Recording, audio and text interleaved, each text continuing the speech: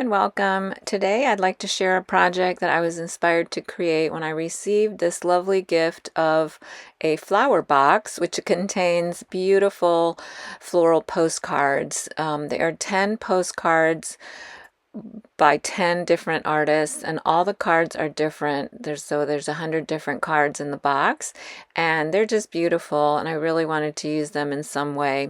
So this is a response, and I'm showing you just a few of the cards in there.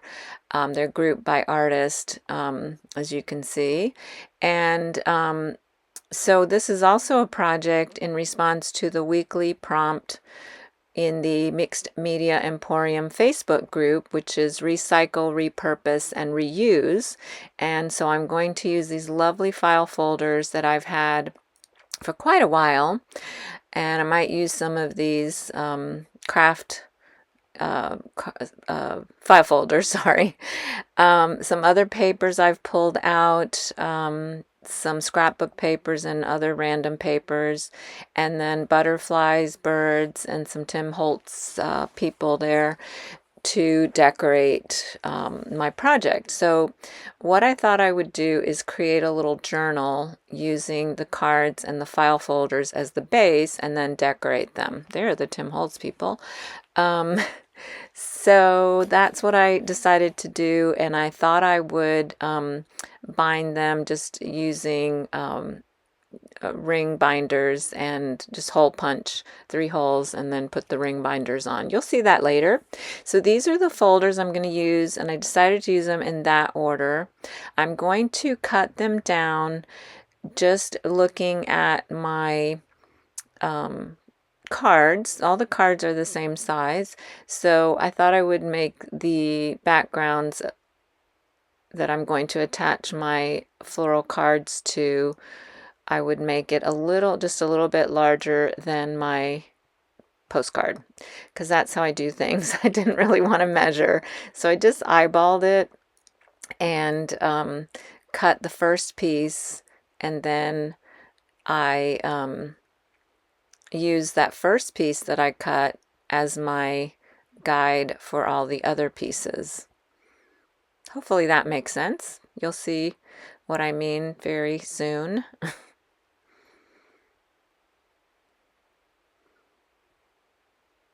So I cut that down, but I thought it looked a little big.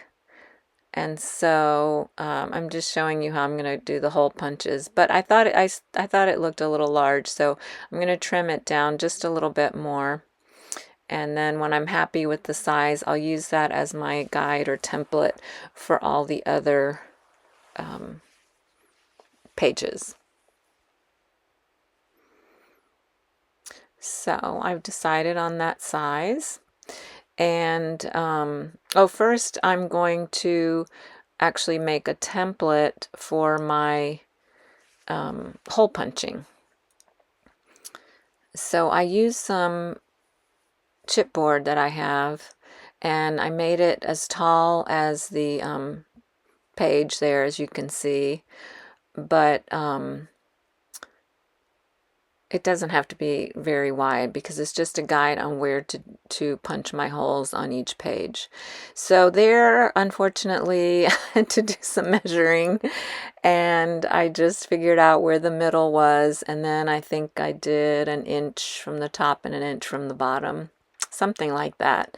And then I realized, oh, they have to be straight, so I drew a line through my marks, and then I'm going to punch my holes.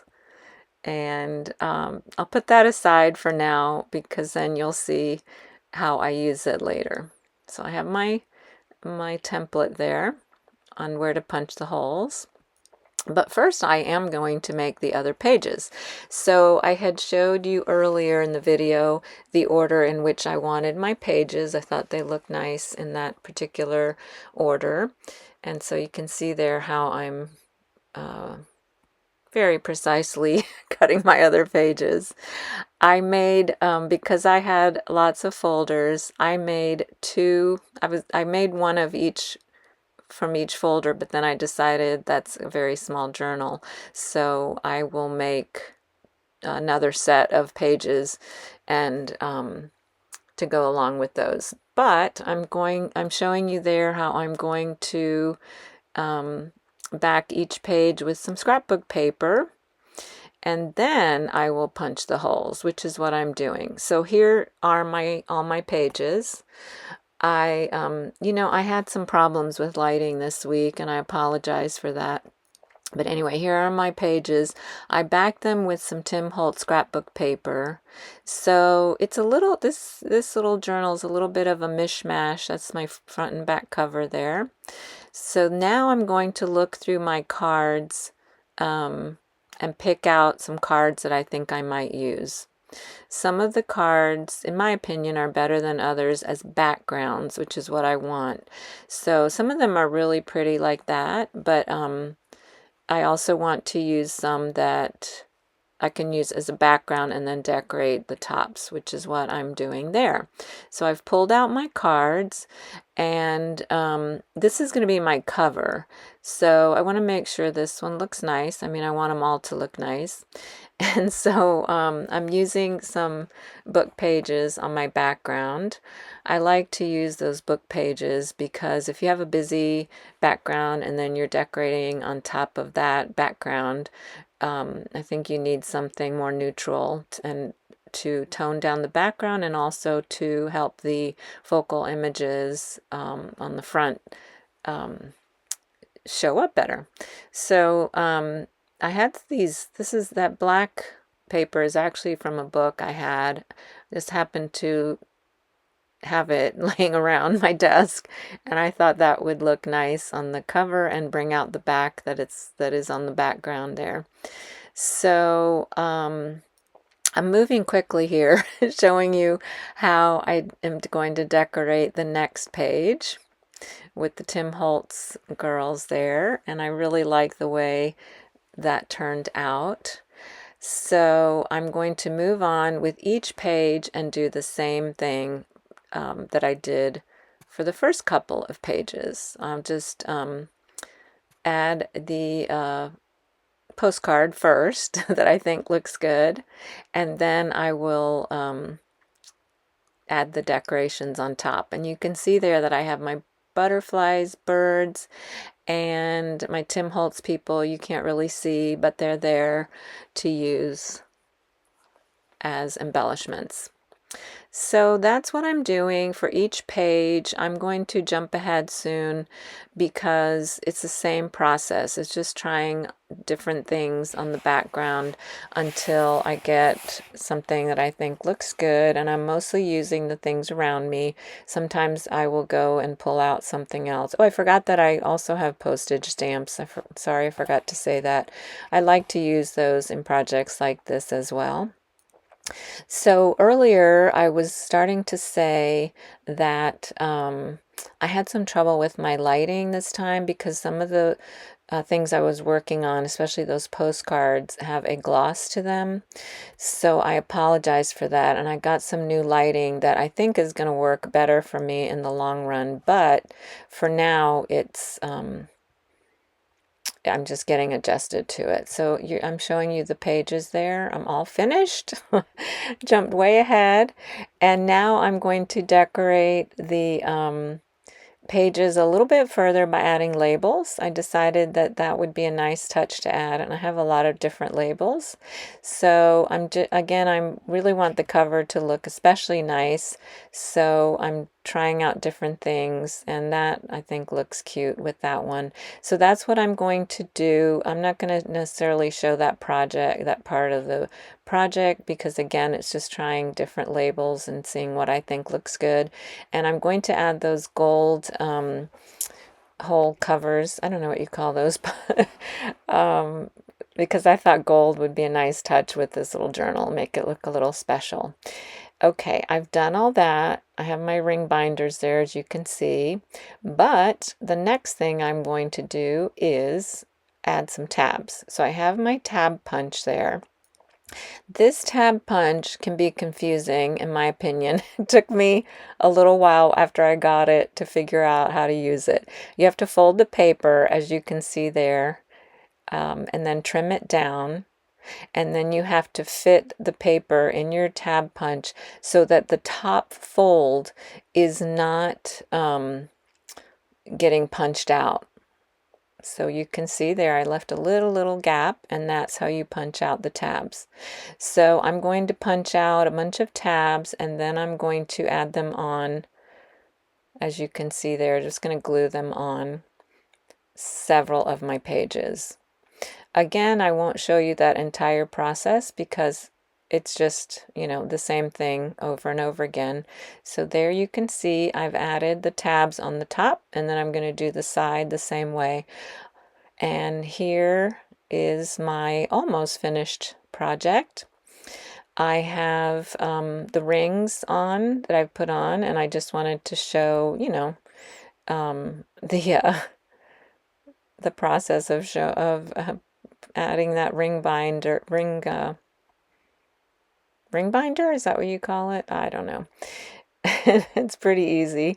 And I decided that I might add a little bit of lace, especially to the front and cover, and maybe some other pages.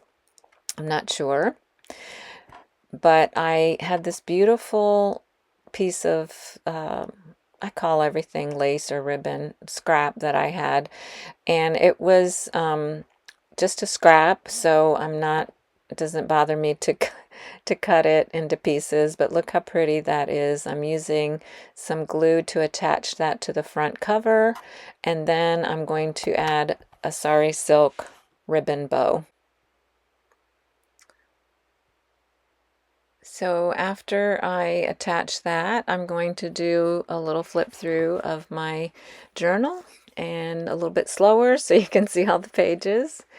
And I'm really pleased with the way that turned out. I love the way it looks. It was a pretty quick and easy project using things I already had. I'm going to attach that sari silk there. So here's the little flip through.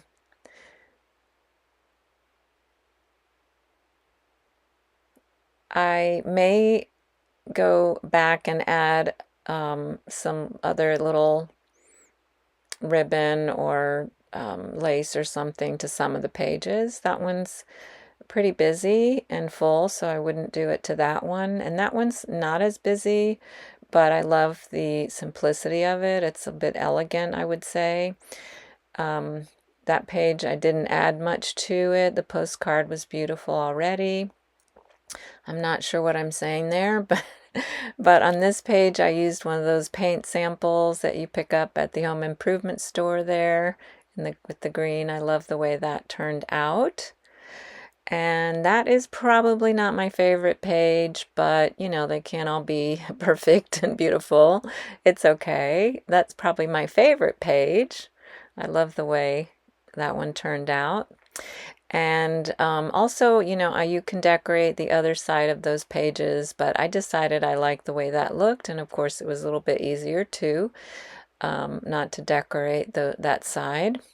That's one page there that I probably will add some lace or something to it right there. It's a little bit of space maybe that needs something.